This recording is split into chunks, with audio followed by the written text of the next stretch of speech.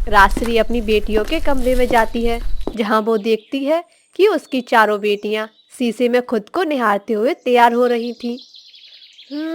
आज तो हम चारों किसी परी से कम नहीं लग रही। देखना तुम सब, जब हम चारों तितलियां शादी में तैयार होकर पहुंचेंगी तो कैसे सब वहां पर सब हमें ही देखते रह जाएंगे। हाँ, सब तुम तितलियों को ही तो देखेंगे, लेकिन मेरे एक बात समझ में नहीं आती। ये तुम चारों के पास इतने सारे कपड़े हैं, फिर भी तुम चारों को हमेशा ये पटियाला सूट ही क्यों पहनना होता है?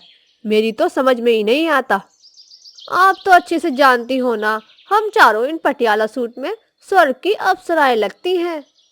अरे ओ स्वर्ग की अप्सराओं, जल्दी से तैयार होकर चलो, नहीं तो मैं तुम सबको यहीं छोड़कर अकेले ही पार्टी में चली जाऊंगी। फिर आना अकेले ही। अपनी माँ का गुस्सा देख वो चारों जल्दी से तैयार होकर अपनी माँ के साथ फंक्शन में चली जाती हैं।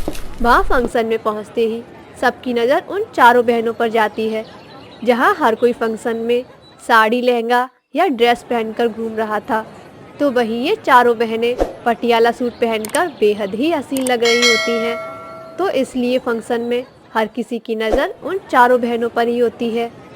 उसी फंक्शन में सुनीता नाम की एक महिला भी होती है, जो उन चारों को देखकर किसी से पूछती है, ये चार लड़कियां कौन हैं? दिखने में इतनी खूबसूरत हैं। अगर ये चारों मेरे घर की बहू बन जाएं, तो इसका चांद उतर आएगा मेरे घर। ये हमारे एक रिश्तेदार की बेटियां हैं, तुम कहो तो बात करूँगा उनसे। हाँ, क्यों नहीं, करो। तब वो आदमी राजश्री से बात करता है, जिसके बाद सुनीता अपने चारों बेटों के साथ उनके घर आती है और शादी तय करके चली जाती है। फिर कुछ दिनों में उन चारों की शादी का दिन नज़दीक आ जाता है। उनके ससुराल से उन चारों का शादी का जोड़ा आता है। देखो तो समदन जी ने कितना सुंदर शादी का जोड़ा भेजा है तुम चारों के लिए। ओहो, लेकिन ये तो लहंगे हैं और हम चारों को तो अपनी शादी में पटियाला सूट ही पहनना है। हाँ माँ, हमें नहीं पहनना ये लहंगा। तुम चारों का कहीं दिमाग खराब तो नहीं हो गया है? नहीं माँ, हमें कुछ नहीं पता। आजकल ब्राइडल के लिए भी इतने सुंदर सुंदर पटियाला सूट आते हैं, हम तो वही पहनेंगे, नहीं तो हम शादी कभी नहीं करेंगे। अपनी बेटियों के जिद के आगे राजश्री भी घुटने टेक देती है और अपनी चारों बेटियों को ब्राइडल पटियाला सूट दिलवाती है। फिर शादी वाले दिन चारों ब्राइडल पटियाला सूट पहनती हैं, जिसे देख सब उनकी सास से कहती हैं, अरे ये क्या सुनीता, तेरी बहू ने तो लहंगे पहने ही नहीं, पटियाला सूट पहनकर ही शादी कर ली। हाँ, तो क्या हुआ, पटियाला सूट ही तो पहना है, कोई छोटी स्कर्ट या फ्रॉक तो नहीं पहनी है ना। शादी के बाद चारों ब्राइडल पटियाला सूट में विदा होकर अपने ससुराल आ जाती हैं। शादी की रस्मों में सब थक जाती हैं, इसलिए सुनीता अगले दिन उन चारों बहुओं की मुंह दिखाई की रस्म रखती है। फिर अगले दिन, ये लो बहुओं, आज शाम को तुम सब अपनी मुंह दिखाई में ये साड़ियाँ पहनना, देखना इनमें तुम सब और भी सुंदर लगोगी। फिर ये कहकर सुनीता अपने कमरे में चली जाती है, लेकिन साड़ी देखकर उन चारों का मुंह बन जाता है। ये क्या यार, मुझे तो नहीं पहननी ये साड़ी वाड़ी। और क्या, कितना सुंदर पटियाला सूट बनवाया है हम सब ने अपनी मुंह दिखाई के लिए। लेकिन माँ जी पूछेंगी तो क्या कहेंगे? कहना क्या है, बोल देंगे कि हमें साड़ी वाड़ी पहनना नहीं आती, और फिर ये सूट भी तो ट्रेडिशनल सूट ही है।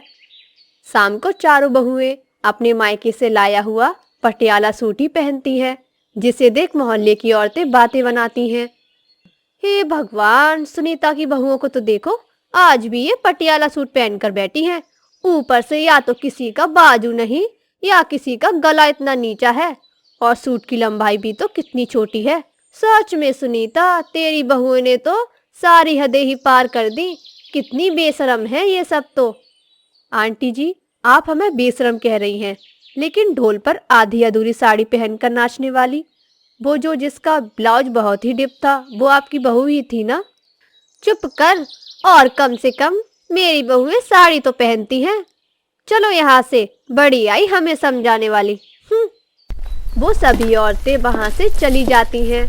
फिर ऐसे ही कुछ दिन बीत जाते हैं, लेकिन अभी भी सुनीता की सभी बहुएं साड़ी या कुछ और पहनने की बजाय हर वक्त पटियाला सूट ही पहनती थी। ये सब देख अब कहीं ना कहीं सुनीता भी अपनी बहुओं के पटियाला सूट से तंग आ चुकी थी। फिर एक दिन, बहुओं, आज गांव से तुम्हारी मासी आने वाली है, तो मैं तुम सबसे हाथ जोड़कर प्रार्थना करती हूँ कि कुछ दिनों तक तुम चारों साड़ी ही पहनना, नहीं तो मासी को बहुत बुरा लगेगा। लेकिन वो चारों किसी की नहीं सुनती और अब भी पटियाला सूट पहनकर ही घूमती हैं। शाम को जब मासी आती हैं तो चारों बहुएं पाँव छूने के लिए झुकती हैं, जिससे उनका डिप गला नजर आ जाता है। तब उन चारों को ऐसे देख मासी को बहुत गुस्सा आता है। छी छी छी सुनीता, तेरी बहुओं ने तो बेशर्मी की सारी हदें पार कर दी है। कैसे कपड़े पहने हैं इन्होंने। तू तो गांव में कितनी सभ्यता से रहती थी, लेकिन लगता है अब तो तुझ पर भी शहरी रंग चढ़ गया है, जो अपनी बहुओं को कुछ नहीं कह रही। फिर अपनी बड़ी बहन से इतनी बातें सुनकर सुनीता को बहुत बुरा लगता है और तब वो अपने कमरे में चली जाती है।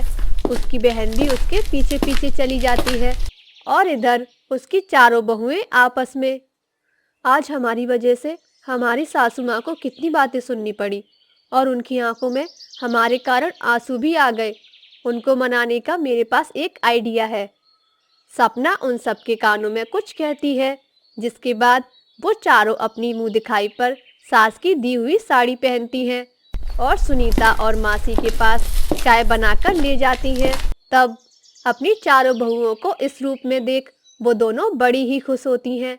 अब वो चारों कभी कभी पटियाला सूट तो कभी कभी साड़ी पहनती हैं, जिससे वो चारों तो खुश थी ही, साथ में उनकी माँ और सास सुनीता भी।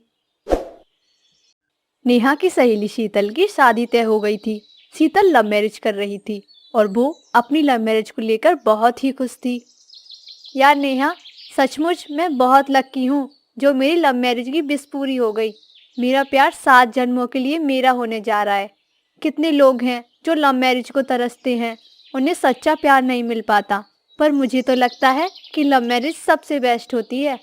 उसमें 2 लोग एक दूसरे को अच्छे से जानते हैं, पहचानते हैं, साथ रहते हैं, एक दूसरे की सारी बातें शेयर करते हैं। फिर आसानी से हम शादी करके ज़िंदगी गुजार सकते हैं, जो काफ़ी समय से हमारे साथ होता है। पर मेरा मन था कि तू भी लव मैरिज करे, पर अब तेरी तो लव मैरिज होने से रही, तुझे तो अरेंज ही करनी पड़ेगी। तुम तो जानती हो शीतल, नीरज ने मुझे धोखा दिया है। उसने विदेश जाकर वहीं एक लड़की से शादी कर ली और वहीं सेटल हो गया। इसी वजह से मेरा प्यार पे से मन उठ गया है। अब तो मम्मी पापा जहाँ कहेंगे मैं वहीं शादी कर लूँगी। हाँ, अब तो तुझे ना चाहते हुए भी अरेंज मैरिज करनी ही होगी। अब चल, मैं चलती हूँ, मुझे शादी की बहुत सारी तैयारी करनी है। वो मुझे समीर के साथ मार्केट जाना है। शीतल की लव मैरिज की खुशी उसके चेहरे पर झलक रही थी। वहीं नेहा थोड़ी उदास थी, क्योंकि वो भी लव मैरिज करना चाहती थी, पर जिस लड़की से वो प्यार करती थी उसने साथ नहीं निभाया। अब अरेंज मैरिज को लेकर नेहा के मन में बहुत से सवाल थे। फिर कुछ दिनों बाद शीतल की शादी हो जाती है और इधर नेहा का रिश्ता भी तय हो जाता है। संजय बहुत ही अच्छा लड़का है, बहुत मेहनती भी है। ज्वेलरी का पूरा शोरूम अकेले ही संभाल रखा है। हमारी नेहा बड़ी किस्मत वाली है जो इतना अच्छा लड़का इसे मिला है। हाँ वो तो है। वैसे पंडित जी बोल रहे हैं 20 दिनों के बाद शादी का शुभ मुहूर्त है, फिर उसके बाद 3 साल तक कोई मुहूर्त नहीं है। अब हमें बहुत जल्दी जल्दी शादी की तैयारी करनी होगी। फिर 20 दिन बाद शादी का सुनकर नेहा घबरा जाती है, क्योंकि वो संजय को अभी ठीक से मिली भी नहीं थी और ना ही उसकी संजय से ज़्यादा बात हुई थी। अरे यार सॉरी नेहा, मैं तेरा फ़ोन नहीं उठा पाई। वो क्या है ना कि समीर मेरे लिए ब्रेकफास्ट बना रहे थे। बोल रहे थे कि पहले वो खा लो, फिर उसके बाद किसी से बात करो। तुम तो जानती ही हो, अब पति प्यार से ब्रेकफास्ट बनाकर खिलाए तो किस बीवी का मन नहीं करेगा शौक से खाने का। वैसे क्या हुआ, तू मुझे फ़ोन कर रही थी, सब ठीक तो है ना? वो शीतल, मेरी शादी पक्की हो गई है। 20 दिन बाद मेरी शादी है। क्या 20 दिन बाद तेरी शादी है? पर तू तो अभी लड़के को जानती भी नहीं है। वैसे तू संजय से मिली है क्या? नहीं, बस वहीं जब सगाई पक्की करने के लिए आए थे तभी हल्की फुल्की सी बात हुई थी। हाँ, उनका फ़ोन आया था। बोल रहे थे कि आज कुछ देर के लिए मैं उनके साथ बाहर चलूं, तो आज जा रही हूँ। अच्छा ठीक है, अब मैं क्या ही बोलूं। अब तो तुझे अरेंज मैरिज करनी ही पड़ेगी। देखो क्या होता है। वैसे मेरे हिसाब से तो लव मैरिज ही बढ़िया रहती है। देखना मैं कितनी खुश हूँ। समीर मेरा बहुत ख्याल रखते हैं, किसी भी चीज़ की कोई कमी नहीं होने देते। मेरी नज़र में तो लव मैरिज ही अच्छी है, पर कोई नहीं। शीतल की अटपटी सी बातें सुनकर नेहा और परेशान हो जाती है। उस दिन संजय उसे सबसे पहले मंदिर ले जाता है और उसके बाद वो एक रेस्टोरेंट में जाते हैं। वैसे तुम्हें खाने में क्या पसंद है? हम ऑर्डर कर देते हैं। जी, आपको जो पसंद है आप मंगा लीजिए, मैं उसी में से थोड़ा ले लूँगी। अच्छा ओके, तो ठीक है, मैं ऑर्डर कर देता हूँ। मैं वॉशरूम होकर आती हूँ। ये लव मैरिज होती तो मेरी पसंद का आता। बताओ तो, दोबारा भी नहीं पूछा और झट से ऑर्डर कर दिया, वो भी अपनी पसंद का। नेहा वॉशरूम चली गई। फिर कुछ देर बाद जब वो लौटी तो वो हैरान थी। खाने की टेबल पर वही सारी डिशेस रखी हुई थी जो नेहा को पसंद थी। ये सब तो मेरी पसंद का है, क्या आपको भी ये सब पसंद है? वो दरअसल आज से पहले तो नहीं था, पर अब तुम्हारी हर पसंद मेरी पसंद होगी। मैंने तुम्हारी मम्मी को कॉल करके पूछ लिया था कि तुम्हें खाने में क्या क्या पसंद है, और मुझे ये भी पता चला है कि तुम्हें वो गोलगप्पे भी बहुत पसंद है। हम रास्ते में वो भी खा लेंगे, पर वो मैं तुम्हें एक फेमस जगह है वहाँ से खिलाऊंगा। पर खट्टे पानी वाले। खट्टे पानी वाले? चलो मैं भी एक दो खा लूंगा। वैसे नेहा, बाकी तुम मुझे अपने बारे में सब कुछ बता दो कि तुम्हें क्या क्या पसंद है और क्या क्या नहीं। नेहा, मैं चाहता हूँ कि तुम्हें हर तरह से खुश रखूँ। मेरी तरफ से तुम्हें कभी कोई कमी ना रहे। तुम तो मेरे लिए बेस्ट वाइफ बनने जा रही हो, और मैं तुम्हारे लिए बेस्ट हस्बैंड बनना चाहता हूँ। नेहा ने सपने में भी नहीं सोचा था कि संजय उसे इतना प्यार करेगा। फिर उसके मन की सारी टेंशन दूर हो गई। उस दिन नेहा ने संजय के साथ बहुत एंजॉय किया। संजय ने उसे किसी भी बात की कोई कमी नहीं होने दी और शादी की सारी शॉपिंग भी संजय और नेहा ने एक साथ की। फिर कुछ दिनों बाद उन दोनों की शादी हो गई। शादी के बाद नेहा ने सारे घर की जिम्मेदारियों को अकेले ही संभाल लिया। वो बढ़िया बढ़िया पकवान अपने पति को बनाकर खिलाने लगी। तो वहीं दूसरी तरफ शीतल खाना बनाना भी नहीं जानती थी, लेकिन धीरे धीरे उसने भी अपनी सास से खाना बनाना सीख लिया। नेहा की एक ही कल्चर में शादी होने के नाते नेहा अपने ससुराल के रीति रिवाज झट से सीख गई। आज की पूजा की सारी तैयारियां नेहा बहू ने की है। इसने मुझे किसी भी काम को हाथ तक नहीं लगाने दिया। तो वहीं दूसरी तरफ शीतल ने इंटरकास्ट मैरिज की थी, जिस वजह से उसे अपने ससुराल वालों के रीति रिवाज सीखने में वक्त लगने लगा, जिससे शीतल को अपने ससुराल में एडजस्ट करने में वक्त लगता है। फिर एक दिन नेहा और संजय एक शादी में गए थे, जहां शीतल भी समीर के साथ पहुंचती है, जहां वो देखती है कि पूरी शादी में संजय नेहा का खूब ख्याल रख रहा है और उसकी हर फरमाइश पूरी करता है। ये सब देख शीतल और नेहा की गलतफहमी अब दूर हो गई कि अरेंज मैरिज में हम वो प्यार नहीं पा सकते जो लव मैरिज में पाते हैं। अब लव मैरिज हो या फिर अरेंज मैरिज, बात आती है वो है एक अच्छे पार्टनर की। जब लड़का और लड़की दोनों की सोच मिल जाती है तो रिश्तों में अपने आप ही प्यार आ जाता है।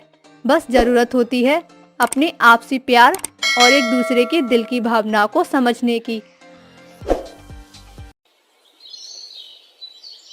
पायल की अभी अभी नई नई शादी हुई थी, लेकिन सुहागरात के अगले ही दिन उसका पति विदेश चला गया। तब वो अकेली रह गई।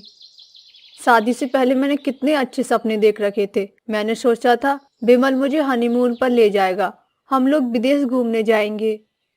तभी वहां पर पायल का ससुर आ गया। क्या हो गया पायल बहू, बड़ी परेशान लग रही हो। अब आप ही देखिए ना ससुर जी, हमारी नई नई शादी हुई है और विमल आज सुबह ही विदेश निकल गए। मैंने कितने सपने देखे थे। अरे बहू, यही ना कि तू विमल के साथ हनीमून पर जाएगी, पर ऐसा कुछ नहीं हुआ। यही सोच रही है ना तू? ससुर जी, मैं आपसे इस बारे में बात नहीं कर सकती। मैं जा रही हूँ, सासू माँ से इस बारे में बात करती हूँ। अरे बहू, इसमें इतना शर्माने वाली कोई बात नहीं। पायल, हम लोग मॉडर्न हैं, और अगर तुझे विदेश ही घूमना है तो मैं तुझे घुमा देता हूँ। ससुर जी तो थोड़ा ठरकी टाइप के लगते हैं। मैं जाकर सासू माँ से बात करती हूँ।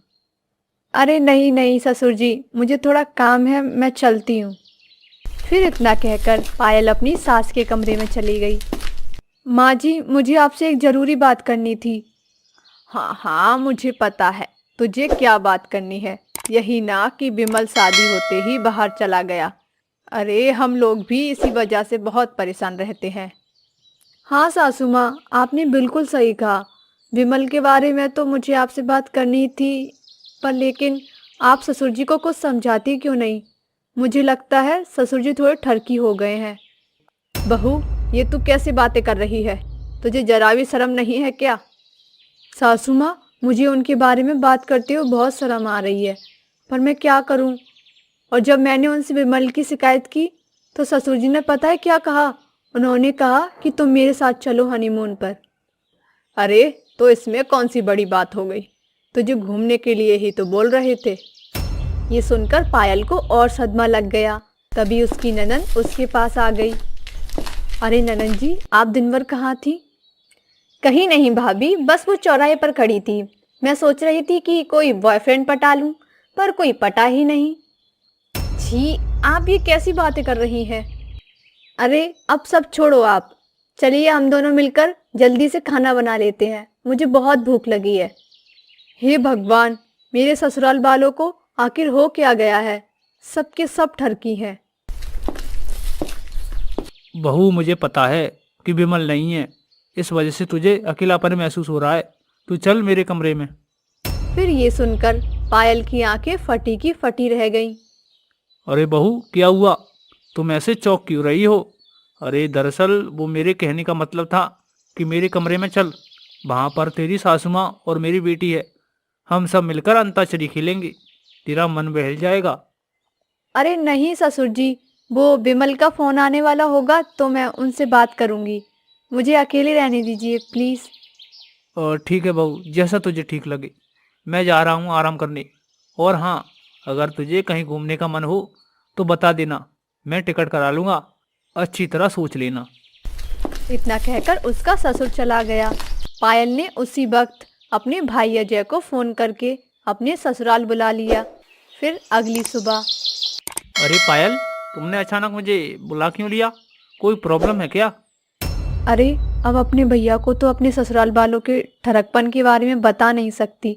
किसी बहाने मैं कुछ दिनों तक अपने भाई को यहीं रोक लेती हूँ। अरे क्या हुआ पायल? क्या सोचने लगी?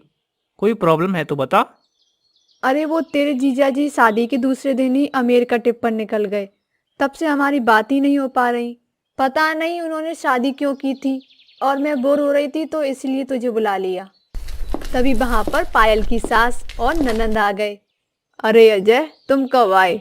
बड़े हैंडसम लग रहे हो। हाँ हाँ, सच में माँ, अजय जी तो बड़े हॉट लग रहे हैं।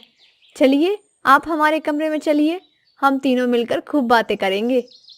हाँ हाँ, क्यों नहीं। फिर दोनों उसे पकड़कर अपने कमरे में लेकर चले गए और अंदर से दरवाजा बंद कर लिया। लेकिन पायल खिड़की से सब कुछ देख रही थी। अब कुछ ज्यादा ही नहीं हो रहा है? मेरे ससुराल का हर एक सदस्य ठरकी है। पता नहीं ये लोग मेरे भैया के साथ क्या करने वाले हैं। अरे बेटा, तुझे चौराहे पर नहीं जाना है क्या? और हाँ, याद रहे जो बाबा जी ने कहा है वो तो हमें करना ही पड़ेगा। अगर हम इसमें जरा भी चूक गए तो पूरी जिंदगी हम ऐसे ही रहेंगे। मैं अजय जी से बात करती हूँ, तू जा। अरे हाँ, मैं तो भूल ही गई थी, मैं जाती हूँ चौराहे पर। तब तक आप इनसे बातें करो, मैं शाम तक आ जाऊंगी। पायल तुरंत वहां से हटकर अपने कमरे में चली गई। अभी तक तो मुझे लगा था कि मेरे ससुराल वाले ठरकी हैं, पर अब मुझे लगने लगा है कि ये सब के सब पागल हैं। मेरे माँ बाप ने मेरी शादी पागल खाने में कर दी है। अजय बेटा, मैं हमेशा से चाहती थी कि तुम्हारे जैसा मेरा कोई बॉयफ्रेंड हो, इसीलिए मैंने इस उम्र में भी अपना फिगर मेंटेन रखा है। अब क्या मैं तुम्हें पसंद हूँ? जी, ये आप कैसी बातें कर रही हो? आप मेरी बहन की सास हो। मैं जा रहा हूँ यहाँ से। कि तभी उसका पति विमल घर आ गया। अब कहीं आप भी तो बाहर दूसरी लड़की के चक्कर में नहीं पड़े थे? पायल, ये तुम कैसी बातें कर रही हो? मैंने आज तक किसी लड़की से दोस्ती तक नहीं की। और तुम दूसरी लड़की के साथ चक्कर चलाने की बात कर रही हो? अरे वो मैंने गुस्से में बोल दिया। चलिए अंदर चलिए, आराम कर लीजिए, आपको कल फिर कहीं जाना होगा। नहीं पायल, अब मैं इसी शहर में रहकर काम करूंगा। यहाँ तक कि कंपनी को मेरा काम इतना पसंद आया कि अब मैं वर्क फ्रॉम होम कर सकता हूँ। आज से मेरा सारा वक्त तुम्हारा। ये तो चमत्कार हो गया। मुझे समझ नहीं आ रहा कि ये चमत्कार आखिर हुआ कैसे। तभी वहां पर पायल की सास, उसका ससुर और ननंद वहां आ गए। बहू, ये सचमुच चमत्कार ही है। बचपन में ही हमने इसे हॉस्टल भेज दिया था। कॉलेज की पढ़ाई भी इसने पेरिस में रहकर ही की है, और जब से इसे नौकरी मिली है तब से कभी इस देश में रहता है तो कभी उस देश में। इसीलिए इसने हमें कभी वक्त ही नहीं दिया। यही सोचकर हमने विमल की शादी कर दी। हमें लगा कम से कम अपनी बीवी को टाइम देने के बहाने ये घर में तो थोड़ा वक्त गुजारेगा, लेकिन शादी होने के बाद भी ये विदेश चला गया। हाँ बहू, हम सब बहुत परेशान हो गए थे। फिर हमें बाबा गौरीदास जी के बारे में पता चला और तब हम उनसे मिलने गए। फिर उन्होंने हमें एक ऐसा टोटका बताया जिसे हम करना नहीं चाहते थे, फिर भी हमें करना पड़ा। कैसा टोटका सासू माँ? बहू, कुछ दिनों से तुझे इस घर में बहुत अजीब लग रहा होगा ना। तुझे लग रहा होगा कि तेरे ससुर जी ठरकी बन गए हैं, मैं ठरकी बन गई हूँ, यहाँ तक कि मेरी बेटी भी ठरकी बन गई है। ये सब कुछ उस टोटके का ही हिस्सा था। बाबा जी ने कहा था कि अपनी बहू के सामने ठरकपन दिखाना। कुछ दिनों तक कोई भी लड़का दिखे उसके सामने ठरकी बन जाना, और कुछ ही दिनों बाद तेरे बेटे का मूड बदल जाएगा। और ठीक वैसा ही हुआ। ये थोड़ा पागलपन जैसा लगा, लेकिन अपनी बेटी के लिए हमें ये सब करना पड़ा। हाँ बहू, तू तो मेरी बेटी जैसी है, पर इस टोटके की वजह से मुझे तेरे सामने ऐसी ऐसी बातें बोलनी पड़ी जिससे तू मुझे ठरकी समझ ले। यहाँ तक कि तेरी माँ ने भी तेरे इस भाई के साथ ठरकपन दिखाया। मेरी बेटी तो अपने भाई का टाइम पाने के लिए इतनी पागल हो गई थी कि वो ठरकपन दिखाने के लिए चौराहे पर जाकर खड़ी होती थी और लड़कों को छेड़ने लगती थी। अब लेकिन कुछ भी कहो, ये टोटका काम कर गया। हम सबको माफ़ कर दो बहू। फिर अगले दिन विमल पायल के साथ हनीमून पर चला गया और सब लोग खुशी खुशी रहने लगे।